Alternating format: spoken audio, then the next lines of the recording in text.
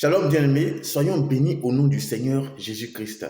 Donc aujourd'hui, le thème que nous abordons, c'est en tant que témoin du Saint-Esprit, jusqu'à où devons-nous témoigner?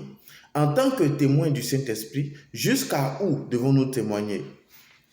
Bien-aimés, nous sommes des témoins du Seigneur Jésus-Christ. En tant qu'enfants de Dieu, nous sommes des témoins du Seigneur Jésus-Christ.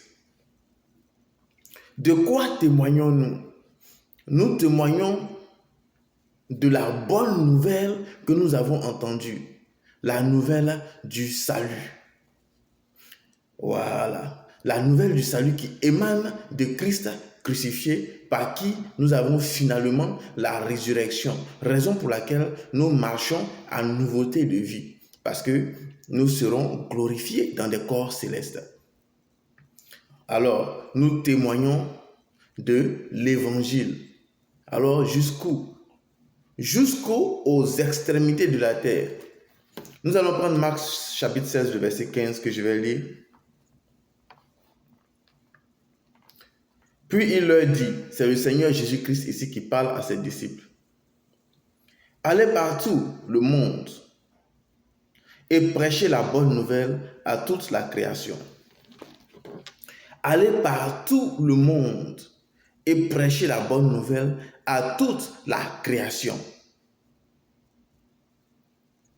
Voilà le commandement, ou bien encore la recommandation que le Seigneur fait à ses disciples, d'aller partout le monde et de prêcher la bonne nouvelle à toute la création.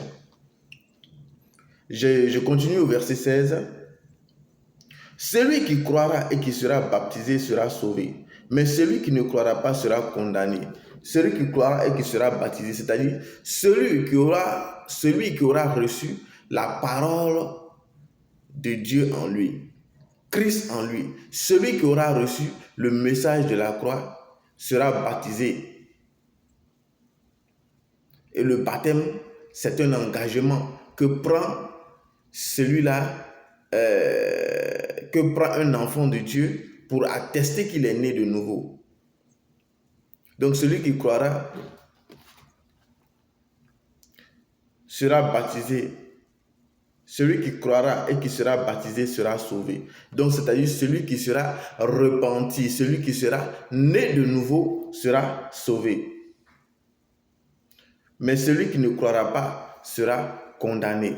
Ok, j'ai lu tous ces deux versets-là pour nous faire comprendre que en tant que témoin du Saint-Esprit, en tant que témoin du Christ, nous devons témoigner de l'œuvre de la croix. Nous devons témoigner par rapport à la conviction du Saint-Esprit en nous, par rapport à l'affranchissement que nous avons reçu par la vérité. Nous devons témoigner de l'œuvre de la croix. Nous devons témoigner du moyen du salut. Nous devons témoigner du chemin qui est Jésus-Christ à toutes les nations, car nous devons aller partout dans le monde. Et en allant partout dans le monde pour témoigner du Seigneur Jésus-Christ, bien aimé, c'est le Saint-Esprit qui est en mouvement en nous. En allant partout, tous les enfants de Dieu, tous ceux-là qui ont la révélation de Christ crucifié, tous ceux-là qui sont les partisans de la grâce, tous ceux-là qui portent le fruit du Saint-Esprit. Voilà, tous ceux-là et qui témoignent également partout où nous sommes, enfants de Dieu, représentants de Dieu, représentants du Christ, des Christ que nous sommes, partout où nous sommes, dans tous les coins de la terre, dans toutes les positions, dans tous les horizons de la terre, que ce soit le nord, le sud, l'est, l'ouest, nord-ouest, nord-est, sud-ouest, sud-est, le centre, partout, dans tous les horizons, l'évangile sera prêché dans le monde entier et nous, enfants de Dieu, c'est nous qui prêchons la bonne nouvelle partout dans le monde entier et par la puissance du Saint-Esprit qui va faire résonner dans les cœurs, dans la conscience de ces élus qui n'ont pas encore reçu Christ, qui sont encore des ossements desséchés, qui n'ont pas encore été revêtus de chair, qui n'ont pas encore reçu la vie, nous allons les prêcher à ces élus-là pour qu'ils quittent dans les ténèbres et qu'ils viennent à la lumière, pour qu'ils quittent de l'état, de l'état du péché dans lequel ils sont, qui est la nudité, la nudité, la nature de la honte, pour venir être revêtis de Christ, bien-aimé. Alors, la parole est prêchée partout dans le monde entier par nous, les témoins et disciples du Seigneur Jésus-Christ. Donc, par nous, les témoins du Seigneur Jésus-Christ. Sans plus tarder, nous allons prendre Actes chapitre 1.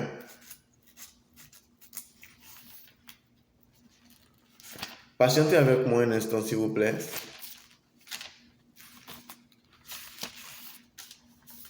Actes chapitre 1, au verset 8. Je lis. Mais vous recevrez une puissance, le Saint-Esprit survenant sur vous, et vous serez mes témoins à Jérusalem,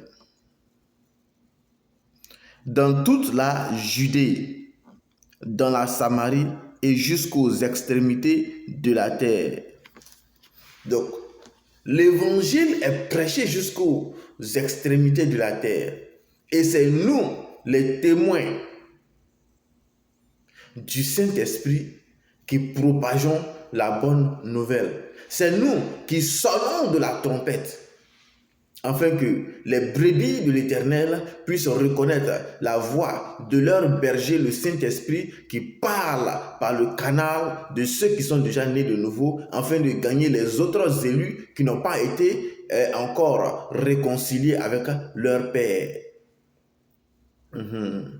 Leur Père qui est le Christ, bien entendu. Voyez-vous? Donc alors, la parole va jusqu'aux extrémités de la terre. Les 7 esprits de Dieu qui parcourent la terre. Parce que lorsque la parole est prêchée, la parole d'un enfant de Dieu n'est pas une parole vaine. C'est une parole de sagesse. C'est une parole forte. C'est une parole qui crée des troubles, qui crée des tremblements de terre, qui perce les démons. Alors, bien-aimés, le Saint-Esprit dont nous témoignons, car l'agneau de Dieu qui a été immolé à la croix, c'est le Saint-Esprit, c'est la parole. C'est la parole qui s'est faite chair. C'est l'Esprit qui s'est fait chair.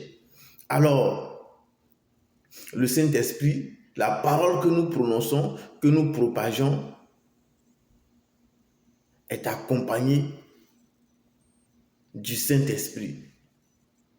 Donc la parole là, la parole logos, la parole parlée, le maniement de la langue. Donc la parole du maniement de la langue que nous comment on appelle ça, véhiculons, va avec le Saint-Esprit pour toucher le cœur des élus, peuple de Dieu. Sans plus tarder, nous allons maintenant prendre... on peut toujours rester dans Marc, on n'est pas loin. On va prendre Marc 13, le verset 10. Marc 13, le verset 10.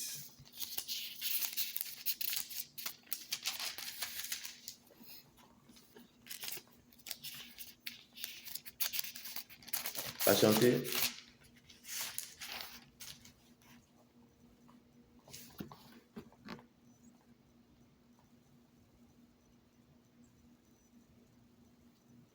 Marc 13, le verset 10.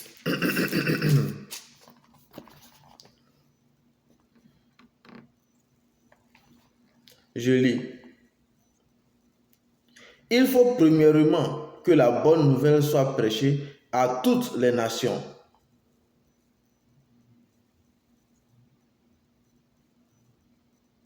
Je vais commencer au verset 9 pour donner plus de sens à la lecture. Prenez garde à vous-même. On vous livrera aux tribunaux et vous serez battus de verges dans les synagogues. Vous comparaîtrez devant les gouverneurs et devant des rois à cause de moi pour leur servir de témoignage. Il faut premièrement que la bonne nouvelle soit prêchée à toutes les nations. Quand on vous emmènera, vous vous livrerez. Quand on vous emmènera pour vous livrer, Ne vous inquiétez pas d'avance de ce que vous aurez à dire, mais dites ce qui vous sera donné à l'heure même, car ce n'est pas vous qui parlerez, mais l'Esprit Saint. Ok, c'est le verset 10 qui nous intéressait ici. Il faut premièrement que la bonne nouvelle soit prêchée à toutes les nations. Vous voyez? Donc, dans le plan du Seigneur, dans la vision du Seigneur en ce qui concerne le salut qu'il a prévu pour tous ceux qui vont l'accepter, pour tous les fils d'Adam, voilà, il a prévu que la bonne nouvelle de l'évangile, la parole qui est prêchée, c'est-à-dire son Esprit Saint qui est propagé par des paroles de sagesse, par des témoignages de l'œuvre de la croix,